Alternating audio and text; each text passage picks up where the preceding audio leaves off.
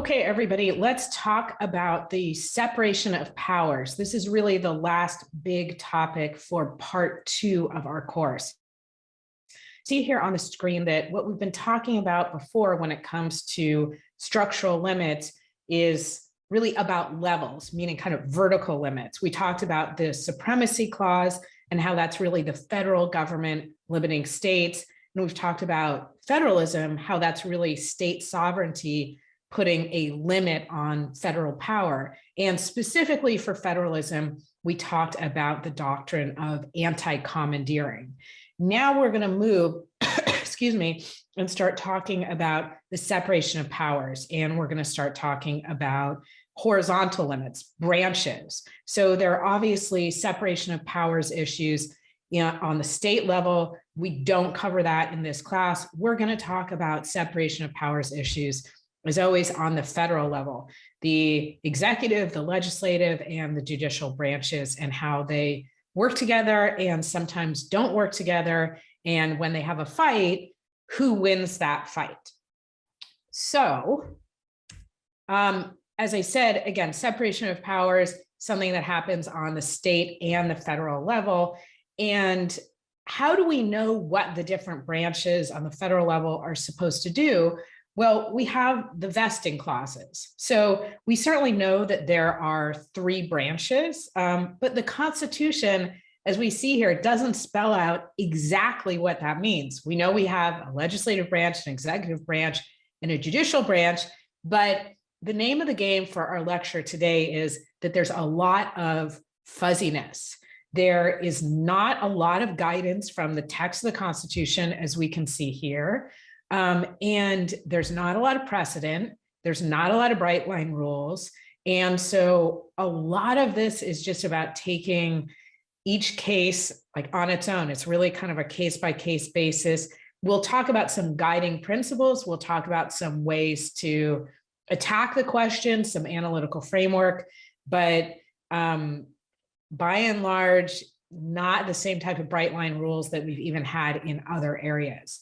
So we see here, again, all legislative powers herein granted shall be vested in Congress, which shall consist of a Senate and a House. Great, that doesn't tell us what they mean. Same thing, the executive power shall be vested in the president, and the judicial power, we know, in one Supreme Court and inferior courts. So, excuse me. The basic separation here, as we see, there's a ton of overlap. So it's a little too broad to say, for instance, the legislative branch makes the laws because courts make laws, courts make common law, the executive makes laws, they issue executive orders. So we have to be slightly more specific here. Excuse me. So we have the legislative branch. I think the best kind of broad description here is they select policy. The executive branch enforces the policy, and the judicial branch is like the umpire. They resolve disputes. But of course, as you can see here with the overlapping circles, it's not that clean. There is a lot of overlap. And again, while there is separation, there are places where that overlap is called concurrent authority, where we're comfortable with 2 branches acting. Again, concurrent authority. Now, for our purposes, what do we see here that looks different from, for instance, other countries? Well, we have an independent president as opposed to what? Some of you who are either foreign students or are more familiar with international law know that in other places, there's often a prime minister.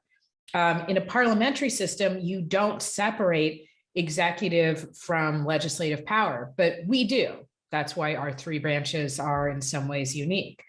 Now, again, I just want to emphasize this. I noted it in my notes a number of times. There really just are not a lot of precise rules here when it comes to which branch wins when there are basically conflicting actions. The Constitution gives us general principles, but not a ton of detail. And again, what happens when the text doesn't give us a lot of detail? We usually look to precedent President doesn't say all that much. And so for our purposes, what we need to know for the exam is really what the cases we're going to talk about say and how we could apply those cases in new scenarios. But outside of that, I think there's just an enormous amount of unknown.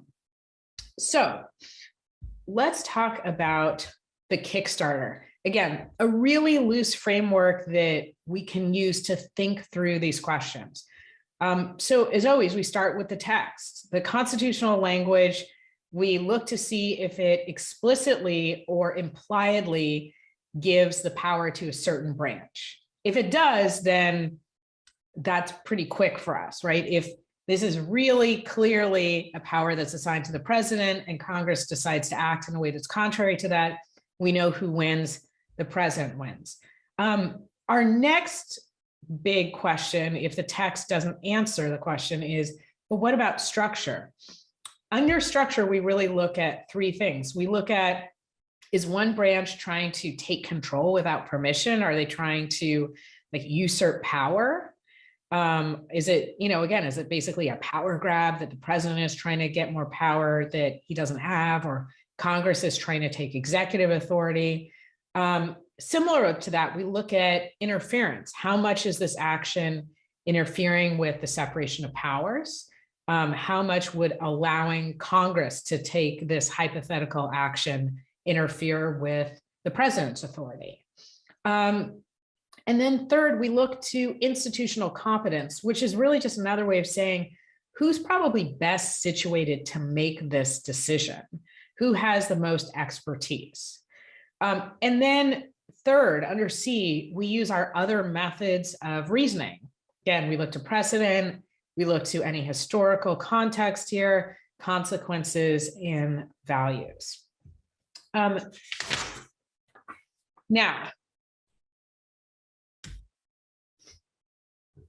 let's move on and talk about potential.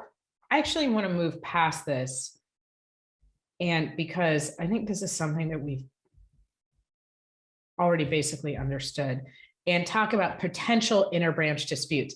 And let me say by already understood, what I mean is that these are just examples of concepts that I've already talked about, which is basically if the Constitution assigns a power to Congress, for instance, and a state tries to act in a contrary way, for instance, a state tries to declare war, then the state could not do that under the Supremacy Clause. These are just examples of, again, concepts we've already talked about.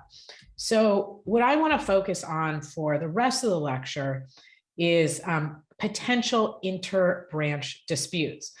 Congress versus the president, the courts versus the president, the courts versus Congress. And we're going to spend we're going to spend a little bit of time on each, but the first thing that I want to say is in terms of the courts versus Congress, and to a certain extent, the courts versus the president, in a way, we've already been talking about that all semester. And that's because when we're resolving the disputes in the cases that we've been discussing throughout the semester, as I've said to you before, it's judges weighing in on whether Congress or the executive took an action that it properly could take. We talk a lot about, was this in Congress's enumerated powers? We talk a lot about whether or not Congress had the authority to take a certain action. And we talk a lot about judges in their role being able to say either with deference or skepticism, yes or no. Meaning, again, in basically every case we've done so far, we're saying, well, with some limitations, we've said, does Congress have the power or does the federal government have the power? And that the question of who has the power, that's answered by the judiciary. And so in a way, we can view that as a separation of powers question, because it's the court saying yes or no to, again, Congress, or yes or no to the executive.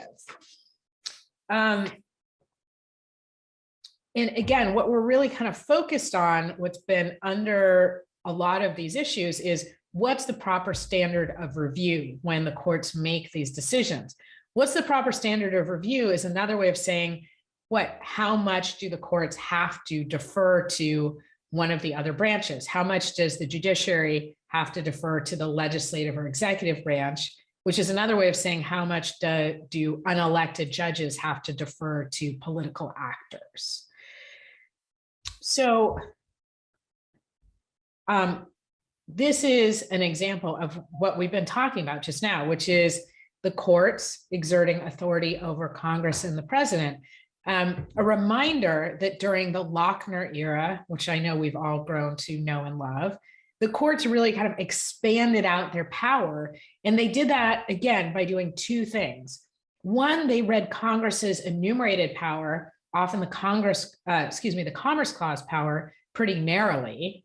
And second, the courts read this unenumerated right to contract, this individual right of the right to contract, very broadly. So the court was acting in a sometimes called activist manner. The court was striking down a lot of pieces of legislation based on those two analytical decisions. And so that's why the Lochner era is often defined as the court being, very aggressive in its use of its authority. And as we talked about in New Deal deference, the court really kind of pulls back and, as the name indicates, defers more to Congress and the president.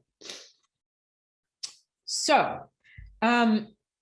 let's move on to talk about the legislative versus the executive, meaning Congress versus the president. And I've used these terms before just a few minutes ago, but I want to emphasize it here.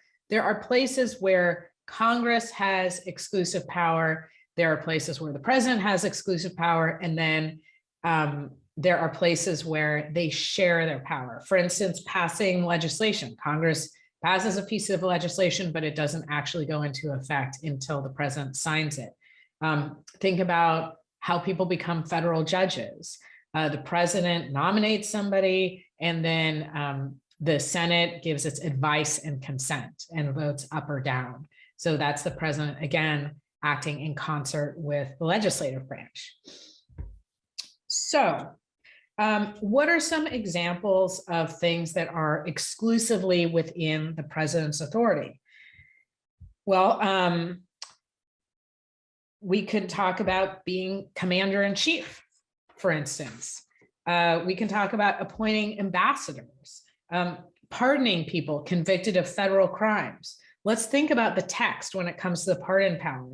Article 2, Section 2, Clause 1 says the president shall have the power to grant reprieves and pardons for offenses against the United States, except in cases of impeachment.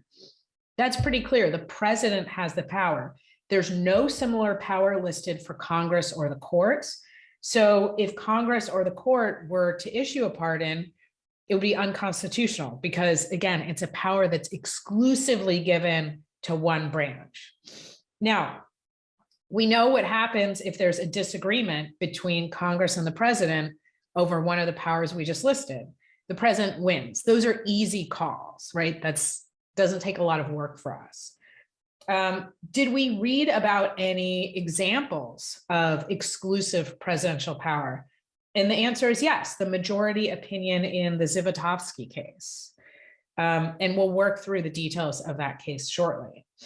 Now, what about on the other side of the screen? Some powers that the text says are exclusively for Congress. Making the rules of procedure for each house, for Congress and the Senate, for the House and the Senate. Passing bills and overriding vetoes. Again, that's something only Congress can do. Declaring war. So again, I think what we see here is that just saying, oh, Congress can make law, that's not a good summary for our purposes. As I said before, courts make law through the common law, the executive makes law through executive orders. And so we need to really be a little bit more specific in our discussion here.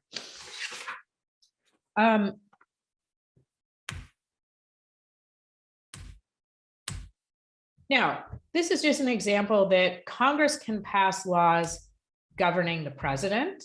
Congress has the power, as we've talked about, at some length to tax and spend. Congress has the necessary and proper clause power. And then the president, notice, has the power to take care that the laws be faithfully executed. And there's actually been a lot of discussion more in recent years about how much responsibility that actually puts on the president, about whether or not the president can, by kind of abuse of office, actually not be faithfully executing the laws. But that's for a different discussion. So I want to move now and talk about our first case. I'm going to stop the recording for just one moment. Okay, we're back, and I want to start by talking about the Youngstown case, and really the most important thing that we get from the Youngstown case, which is Justice Jackson's theory of presidential power. And again, where are we? We're talking about structural limits, we're talking about the separation of powers, and we're talking about fights between the president and Congress. And these zones, and the court still talks about them today, these zones are really how we analyze questions of who has the power when there's a fight between the president and Congress. So we see here zone number 1. This is the easiest for us. There's a statute. Congress specifically says what can and can't be done, and excuse me, the president acts pursuant to that statute. In this case, presidential power is seen as being at its maximum. And there's really no separation of powers issue because there isn't a fight here. This is really, zone 1 is included just for the sake of completeness. I said, we're going to talk about fights between the president and Congress. Zone 1 really isn't about fights. They're both acting in a consistent way. The president is acting according to a grant of congressional authority. Now, when can the president not act in this situation? So our quote here, our magic language is, if the president's act is held unconstitutional under these circumstances, it usually means that the federal government as an undivided whole lacks power. So what's another way of saying this? It means that if the president acts pursuant to a congressional statute and the president can't act, then Congress can't either. It means that this is just an issue not for the federal government, period. And that is really what I want you to know. I mean, when would the federal government lack power? Maybe because there's a violation of individual rights. That's really section 3 of our course, and we'll be getting to that. Maybe because there's a federalism limit. There's an anti-commandeering doctrine issue here. So there's no part of the federal government that can act, except of course the judiciary to strike down what Congress and the president have done. Now let's talk about zone 3 a little bit. In this case, the president is acting contrary to a statute. So in a way, it's kind of the flip side of zone 1. What we see here is that presidential power is at its lowest. Our quote is, the courts can sustain exclusive presidential control only by disabling the Congress from acting upon the subject. What does that mean, though? It's kind of describing the result in a way. It means that if a federal statute says one thing and the president says something else, something contrary to that, then the president can only win if Congress didn't have the power to act. It means if the president has control, then Congress doesn't. So again, the president only wins, in this case, in zone 3, if the president's power is exclusive. Again, zone 3, there's a statute. Congress says you can do one thing, the president does another thing. The president can only win if the president has exclusive authority, if Congress cannot act. Now, zone 2, which is in some ways, I think the trickiest. The president acts when Congress is silent. This is known as a zone of twilight, requiring what?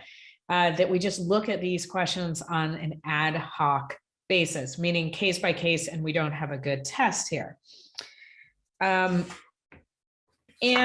I think this really brings us to talking about the case. So again, we're going to come back to these zones. I do want you to know these zones. I want to be clear. I do want you to know and understand these zones. So let's talk about the Youngstown case. Again, 1952, but we still use Jackson's zones today.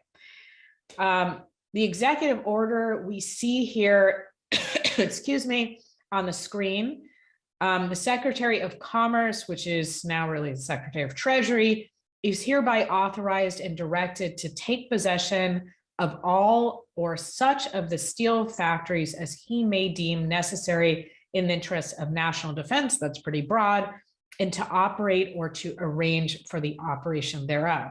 So the president says to the Secretary of Commerce, you can do this thing that affects private people. So the president is really taking action, again, that directly affects private people by taking and operating steel mills,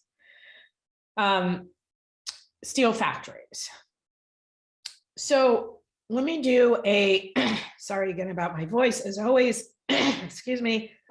Let's do a quick summary of the case and then get into the details. It's April 1952. It's during the Korean War. President Truman issues this executive order, again, telling his Secretary of Commerce exactly what we see here on the screen, take control and operate certain steel factories. This was purportedly done to avoid the expected effects of a labor strike, a strike by the United Steelworkers of America. And by a vote of 6-3, the court concludes the president couldn't act. The president did not have, excuse me, constitutional authority here. He could not say to the Secretary of State, seize and operate the steel factories. There's no congressional statute, the majority says, that authorizes the president to do this, to take control of private property, meaning what? We're not in zone 1. There's no congressional statute that says go ahead and do this. The president's military power as commander-in-chief of the armed forces does not include allowing the president to do this, which the majority sees this as being involved in labor disputes. And the court says the president's power to see that the laws are faithfully executed. Again, we saw a slide talking about the president's power, including taking care that the laws are faithfully executed. The majority says here it refutes the idea that he is a lawmaker, and this is, according to the majority, it looks like lawmaking. Now, here's a cartoon that I think kind of sums up what people are worried about Truman doing here, which is taking control of private property. And you see the kind of cold, dead hand of the president seizing private property. What that's meant to show is the president going and surpassing his authority and doing something that is outside of the Constitution. Now, just another comic for us, and apparently one comic twice. Okay, the opinions in Youngstown. So a major skill in constitutional law is, of course, counting to 5. There's a quote famously attributed to Justice Brennan, which I think I've already mentioned during the semester. He said, it takes 5 votes to do anything around here, but with 5 votes, you can do anything. And here we have a majority. We have a majority with Justice Black. Justice Clark doesn't join the majority opinion. Justice Clark confers, and that's why we have a that's why we have 5 votes for the majority, but it's a 6-3 decision. Now, majority, obviously, as we all know, is the controlling precedent, but there are times when sometimes a concurring opinion or a dissenting opinion is the one that becomes more famous and the one that contains the ideas that we all later follow. And that's, of course, exactly what happens here. Youngstown is a great example of this. I mean, excuse me, Justice Jackson's opinion is the part that's cited to the most often because, again, it's the most informative and it gives us those three zones. We see in the Zivotofsky case that it starts out by citing Jackson's concurrence and it ignores everything else in Youngstown. So with that, I think it makes sense for us to really focus on Jackson's concurrence when we talk about the Youngstown case. Now, which zone, let's go back. Which zone are we under? Are we under zone 2 or zone 3? Jackson says that this is a zone 3 question. He says that the president is acting contrary to statute, that the presidential power, therefore, is at its lowest. And again, we know all the language that the court can sustain the president's control only by saying Congress can't act. That the court basically can say the president can act only by saying Congress cannot act, as I've said before. Jackson says that when Congress specifically had pointed to 3 different ways to act in this area and repealed other ways, that it meant to prevent other forms of action, that Congress is not being silent here because they considered exactly when and how they wanted the president to act. And by not including this situation, it's the equivalent of saying, president, don't act in this situation. Don't act to try and alleviate what you expect are the consequences of a labor strike by seizing and operating steel factories. So again, Jackson is saying we're in zone 3 because Congress has reviewed these questions. They've taken specific places to say, this is where the president can act. And if they didn't specifically lay out a case or lay out a set of circumstances, then they don't want the president to act. Now,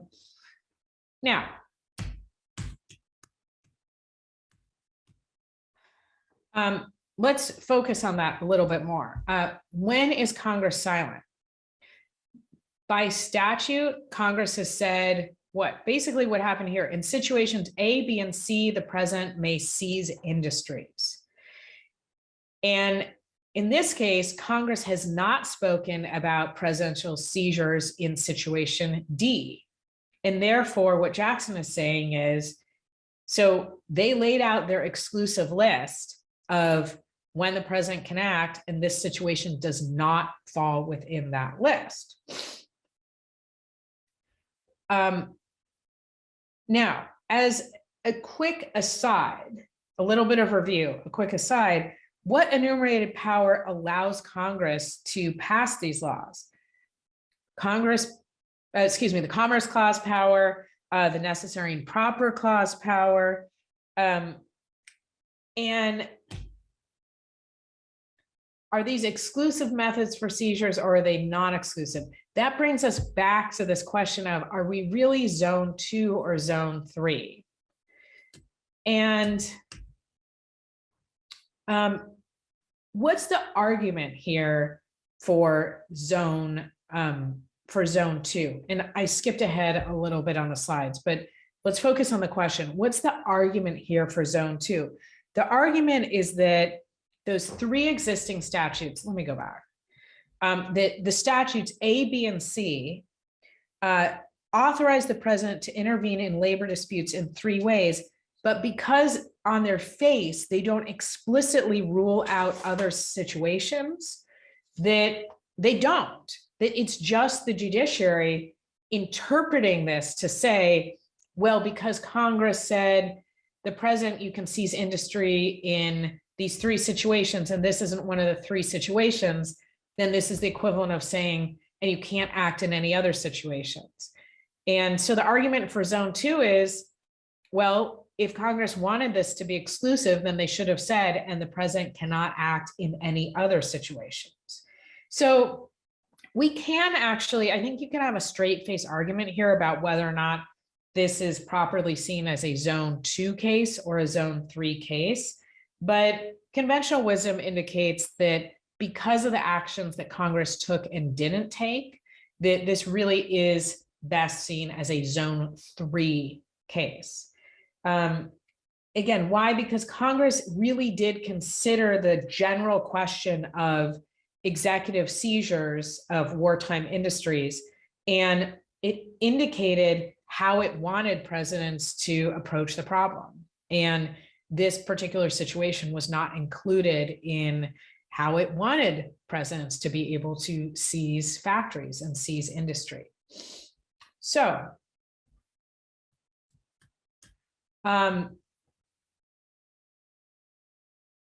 let's talk here. Let's move on and talk about proposed textual support for the presidential power here.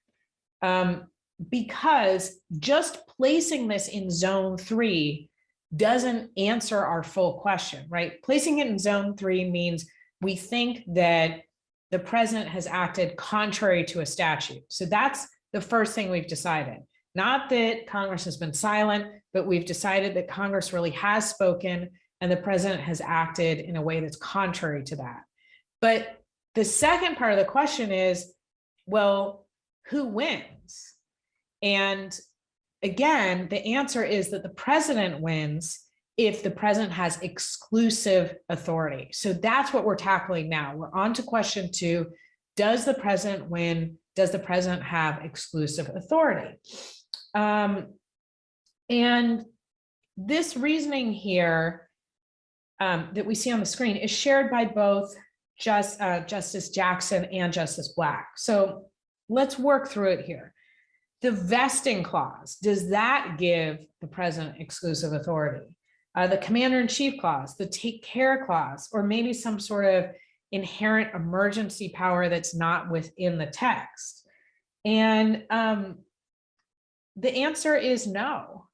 That in all cases, what the majority and Justice Jackson's concurrence Justice Jackson's concurrence say is that there's nothing here that could be read as providing the president with exclusive authority in this area. And what does this mean? It means the president loses. Now, let's think for a minute about the dissent here. Again, let's go back to the vote count and let's think a minute about the dissent argument here. Justice Vinson, Chief Justice Vinson's dissent, he says the president must be able to take some unenumerated actions. Congress can just fix mistakes later, but otherwise, if we don't give the president the power to take some unenumerated, meaning again, not written in the Constitution, some unenumerated actions, then we're basically doomed to fail. And we don't want to read the Constitution in a way that would doom us as a society, but particularly to doom the Constitution to be a failed document. So what's the advantage of this basically like, just let the president act now and Congress can fix it later approach? Well, it's fast. And maybe sometimes we need the executive to be able to act quickly in the national interest. Particularly sometimes Congress just like blesses those actions later. I mean, think about Korematsu. We don't like what happened there, but the president issues the internment orders and excuse me, Congress then says yes and passes a statute saying like basically way to go until much later when we have to overturn that. Justice Douglas notes Speed is an institutional advantage that the executive has over the legislature. Now, what are some disadvantages?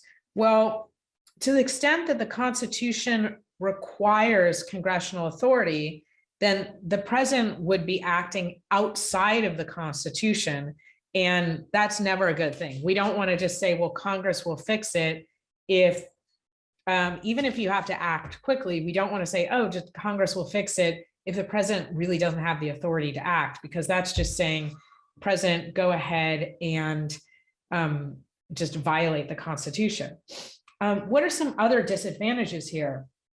Well, and again, disadvantages of what? Of saying, well, the president has unenumerated powers, the president can act, Congress will fix it later.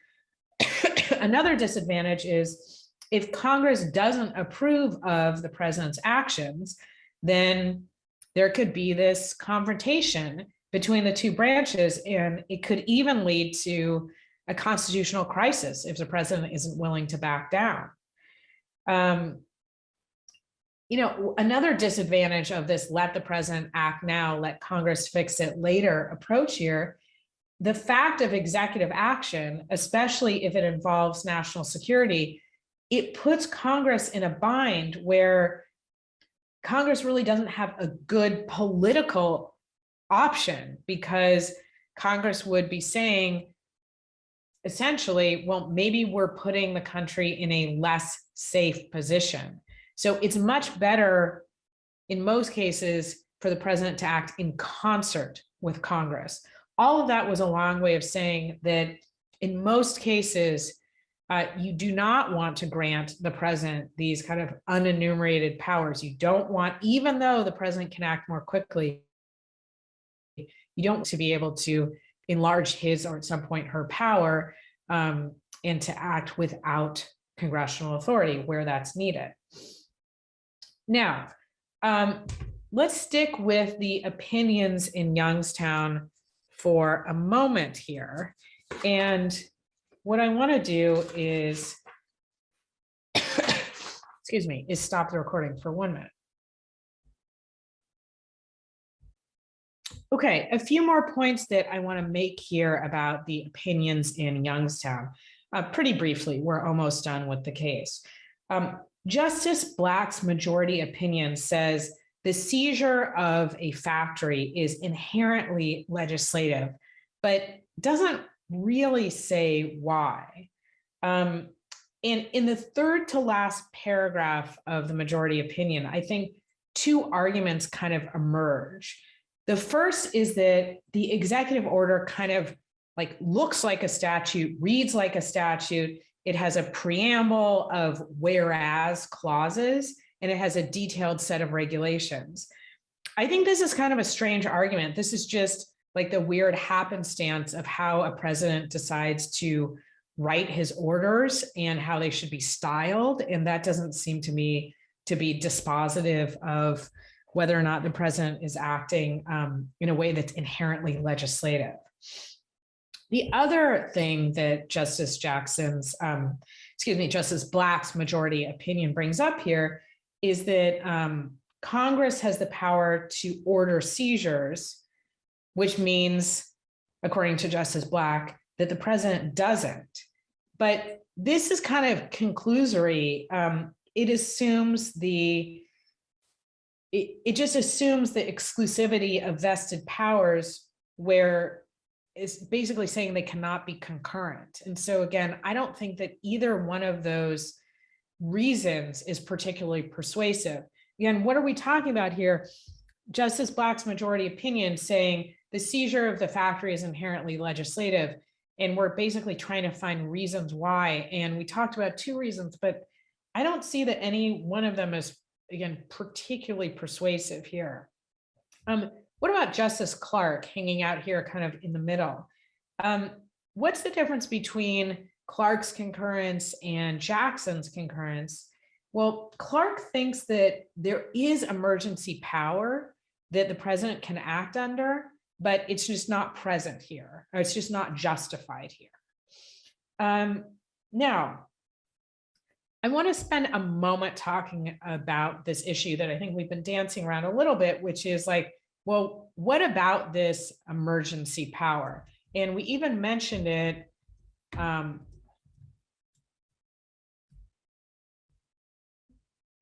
here. What about some inherent emergency power? And the answer is that can be kind of dangerous, right? It can be kind of dangerous for us to say that the president has broad inherent, meaning it's not written down, emergency power, because the president's going to be kind of motivated to see emergencies around every corner and to enlarge his own power. So let's ground this discussion in this particular case. Was the threatened strike by the United Steelworkers of America an emergency? And, you know, this really boils down to an issue of like judicial review, right? Who are the judges to second guess? Well, on the one hand, maybe they don't have the institutional competence. Maybe unelected judges are not the ones who should be trying to make a determination about whether or not there's a national emergency, because that's often more of a political / national security determination. On the other hand, maybe judges should be involved in at least checking that decision, at least limiting that decision, because again, the president, and to a certain extent, if we want to give Congress some sort of inherent emergency authority, everybody's going to be seeing an emergency around every corner in order to enlarge their own power. So let's think about the steel seizure itself.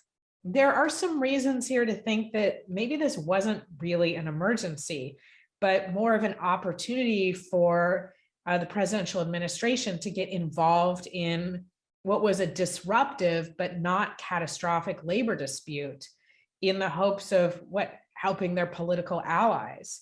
Let's think about this for a minute. A steel industry strike would have to last a really long time before the soldiers run out of bullets or the Air Force runs out of planes. But again, it's kind of a hard judgment for judges to make because of this issue of institutional competence. So I'm not going to offer to you that there's a hard and fast conclusion here, only that I want us to think about like who's best situated to make these decisions and how can we best kind of strike this balance. Now, that is, I think, what we want to know for Youngstown. Everybody, we are picking up with the Zivotofsky case. And again, we're talking about structural limits, and we're talking about the separation of powers, and we're talking about battles between the president and Congress. So let's give a summary of the case and then talk about some more detail. This is a 2014 case. In 2002, Menachem Zivotofsky was born in Jerusalem to parents who were United States citizens, who are American citizens. Menachem's parents asked the State Department to record his place of birth on his passport as Israel, not Jerusalem, but Israel. Why do they ask this? They ask this because there's a federal statute, Section 214D of the Foreign Relations Authorization Act, that allows them to do this. This federal statute directs the Secretary of State. The federal statute says to the Secretary of State, record the birthplace of an American citizen born in Jerusalem as, quote, Israel, if you are requested to. So if there's an American citizen, the American citizen is born in Jerusalem, and the parents, because it's typically going to be the parents, say, can you record the birthplace as Israel? Then the statute says, do so. Record this as Israel. Record on the birth certificate Israel. His parents sue the Secretary of State because the State Department refuses, and his parents sue the Secretary of State, and they ask for the federal statute to be enforced. They want Israel on his passport as opposed to Jerusalem. Now, What happens in the case? Justice Kennedy and the liberal justices at the time, Justice Anthony Kennedy, who of course is no longer on the court, and the liberal justices, many of whom are not on the court anymore, strike down the federal law. And they say that the president has exclusive power to act in this situation. Again, let's remember what we're talking about. It's a federal statute, and it says to the Secretary of State, record the birthplace of an American citizen born in Jerusalem as Israel if you're requested to do so. The majority says the statute is invalid because it infringes on the president's power to recognize foreign nations. It infringes on the president's power to recognize foreign nations. That's our key. Now, the majority says even though the text of the Constitution is silent on the recognition of foreign nations, we know that the president has exclusive power, again, to recognize foreign nations because of some constitutional provisions that direct us that way, that kind of point towards that direction. One, the receptions clause in Article 2, the receptions clause says that the president will receive foreign ambassadors. And Article 2 also vests the president with the power to make treaties and to appoint ambassadors. And from those constitutional provisions, they say it's the president's exclusive power, like they're reading into those constitutional provisions. And they say the president has the exclusive power to recognize foreign nations. Now, the majority, of course, has to recognize that Congress does have a role to play in other aspects of foreign policy, sometimes just by granting things that the president does practical effect. But what they're really worried about here is Congress initiating international diplomacy without the president. Part of what's what's happening in the background here is that the majority, wants the president to be able to speak with one voice about our foreign policy, or maybe even more to the point, the majority wants our nation to speak with one voice and think that voice should be the president's voice. Excuse me. Now, because the president's power to recognize foreign nations, according to the majority, is exclusive, it means that obviously it's not concurrent. So Congress can't act in any way that would contradict the executive branch policy about recognizing foreign nations. Now, if you look not just at the text, but if you look at precedent and history, what the majority is saying here is text, precedent, history, they all point us to saying that presidents have exclusive power in this area.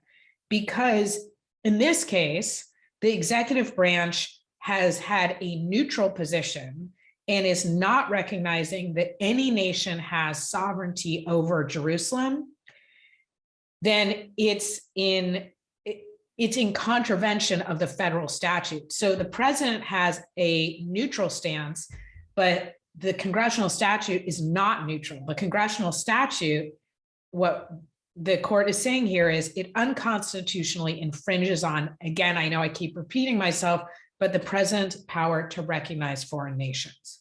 Now, why? Because if you're born in Jerusalem and your passport can say Israel, then the idea is that that recognizes Israel's sovereignty over Jerusalem.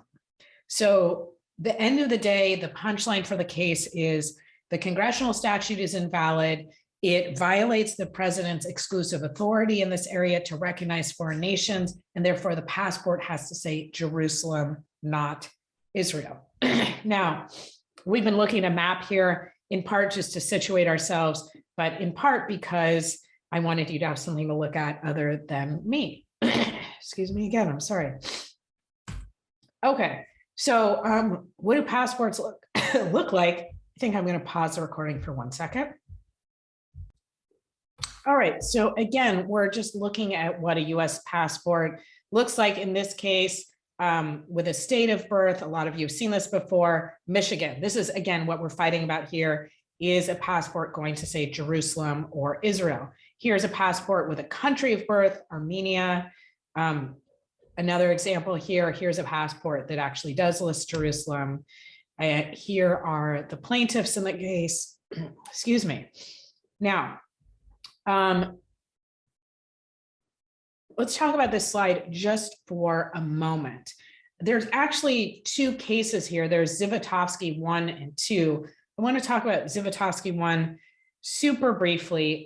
The question really was whether or not the plaintiffs had standing to sue, meaning could they be the one to walk into the courthouse doors? Were they injured enough by having to write Jerusalem as opposed to Israel on the passport? The question is really like, what's the injury? Because he has a valid US passport and it lists his place of birth. But the court said, no, there's enough for standing there. There's enough to say that Zivotofsky has an injury because Congress wrote this statute and it gave him a right. It said you're entitled to ask for Israel on your passport. And there's a statute, therefore, like affirmatively providing you with an individual right. And so when that right is refused, you have standing to go to court and enforce it. Now, there's another question in Zivotofsky about whether or not this is kind of just a political question. So one question is, do the plaintiffs have standing? Another question, and that's what the slide is about, is this something that's just the court should not decide? And so let me be clear here. The court decides, yes, there is standing. The suit goes forward, and we're going to talk about Zivotofsky 2 in more detail. I just previewed it for you, and I gave you a summary. But there was a road not taken. And the road not taken is for the court to say, you know what, this is a political question. And so we're not going to get involved, period. It's not suitable for the judiciary. The court doesn't take that approach, but I just kind of wanted to introduce those terms and flag for you that there was a way for the court just to say, not our problem, kind of hot potato, not it. Now, but of course the court does proceed and the court does decide the case. And here are the opinions in Zivotofsky. Now, do we have a majority? Yes, as we said, we have a majority, Kennedy plus 5. Thomas is really Kennedy plus 4. Thomas is really a surplus vote here because he agrees with the outcome, but for really different reasons. Now, one question that some of the opinions asked here is which legislative power in Article 1 could Congress rely on to enact the statute that's challenged? And the majority says basically nothing on the subject. Justice Scalia's dissent argues that Congress can dictate the contents of passports by relying on the naturalization clause, either alone or as also enhanced by the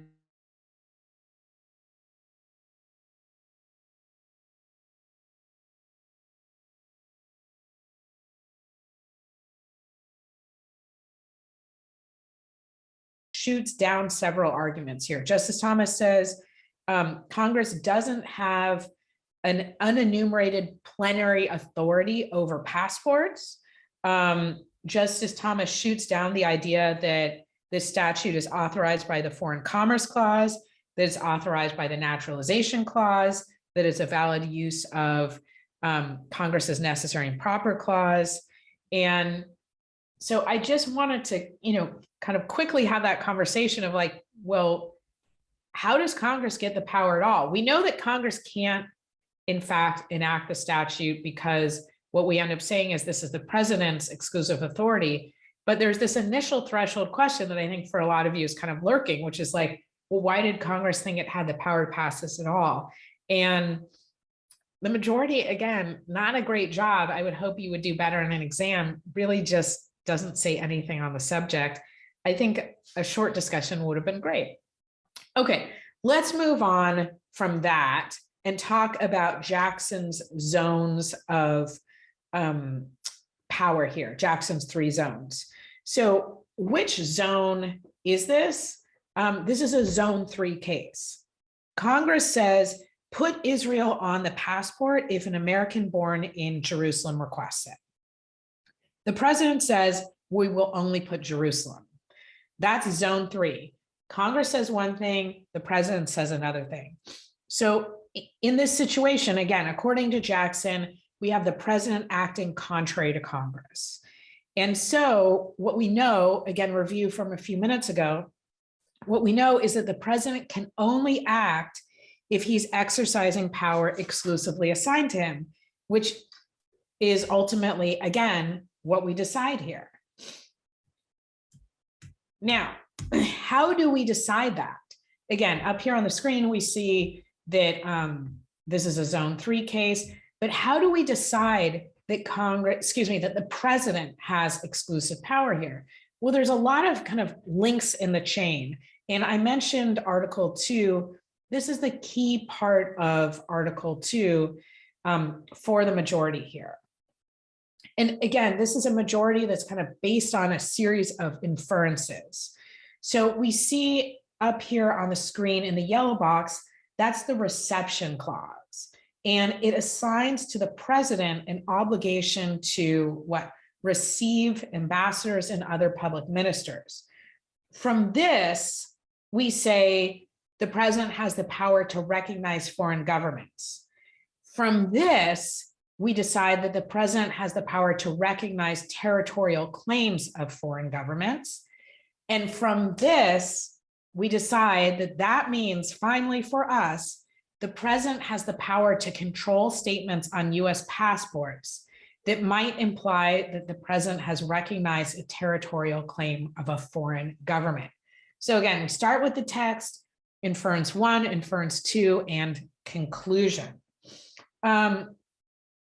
Now, what makes this like exclusively presidential power? So we're saying the president has the power, but why is it exclusive?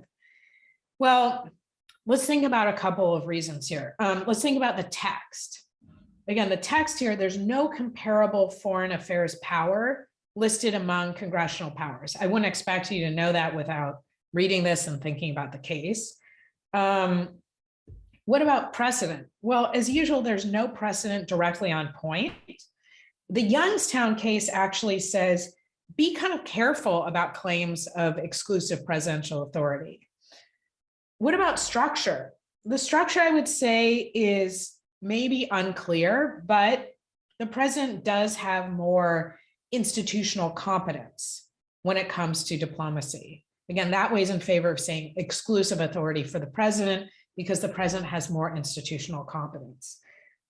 History also weighs in favor of saying this is the president's exclusive power, because these types of decisions historically have been left solely to the presidents. Consequences, something that I mentioned a few minutes ago, and what's underlying the majority here is that the nation has to speak with one voice, and that voice should be the president's. Now, we've decided that the president has the power. We've decided, albeit quickly, that the power is exclusive. So what does this mean for the statute? Well, to paraphrase Justice Jackson's concurrence in Youngstown, exclusive presidential control over a subject means that Congress is disabled from acting on the subject. Now, if nothing else, Congress can't interfere with the president's use of this power. So maybe the Congress can act in this zone, but the Congress definitely cannot interfere. Does the statute then, our next question has to be, well, what about the statute? Is it an interference? Is it an interference with the presidential ability to recognize what, again, the territorial claims of foreign governments? The majority says yes, Justice Scalia says no. Who's right? Again, that's really up to us, but I want you to know kind of the steps along the way. Again, we say the president has this power. Then we say the president has exclusive power. That means that Congress can't interfere. And what the majority here says is, well, this is an interference. And again, Justice Scalia says, yeah, not really. Who wins? Whoever can count to 5. Now, just a few more things I want to mention about the Zivotofsky case before we end this and talking about this case. I want to think about the Kickstarter when it comes to this case. So let's go all the way back. Excuse me. And talk about the Kickstarter for a second. So, and talk about the Kickstarter, like work through this case by talking about the Kickstarter. What about the text? Well, again, we're focusing largely on the receptions clause here. And the decision to expand that really seems to rely on the majority being willing to make all those inferences. And by the decision to expand that, what I mean is the decision to look at the receptions clause and then say, yes, that leads us to the president having the power to recognize foreign nations, and that includes what you list on a passport. Again, that's based on a number of inferences. We talked about that slide. What about structure? What about taking control without permission? According to the majority here, Congress is acting without any authorization, and excuse me, Congress is basically, excuse me, Congress is basically usurping authority that's not, it's not for Congress. Interference. Again, this is the core of the matter. The majority says this interferes with the president's ability to set foreign policy in this area, including whether or not to recognize foreign nations. Institutional competence. The majority concludes that the president is just better at this, that the president is better at making decisions regarding foreign policy and setting the agenda, and again, determining which foreign governments are we going to recognize and which territorial claims are we going to recognize. Now, let's focus on the majority opinion just for one more second while we have the Kickstarter up. Which methods of interpretation are used in the Zivotofsky opinions? Well, the majority is really quite explicit about labeling its arguments, right? So part 2A is devoted to text and structure. Part 2B is about precedent. Part 2C is devoted to post-ratification history. And again, interspersed through all of that is this argument about consequences. And the consequences, according to the majority, is that something bad is going to happen if the nation doesn't speak with one voice on these issues of territorial recognition, and that the majority doesn't really label what these bad things are. They just say it's really important, bad things will happen. And I would say, again, this is a situation where maybe we want the majority to do a little bit more and say, well, like, yeah, but what are those bad things? Okay, enough throwing stones at the majority. Again, what I want you to take away from the Zivotofsky case is largely, let's get to it.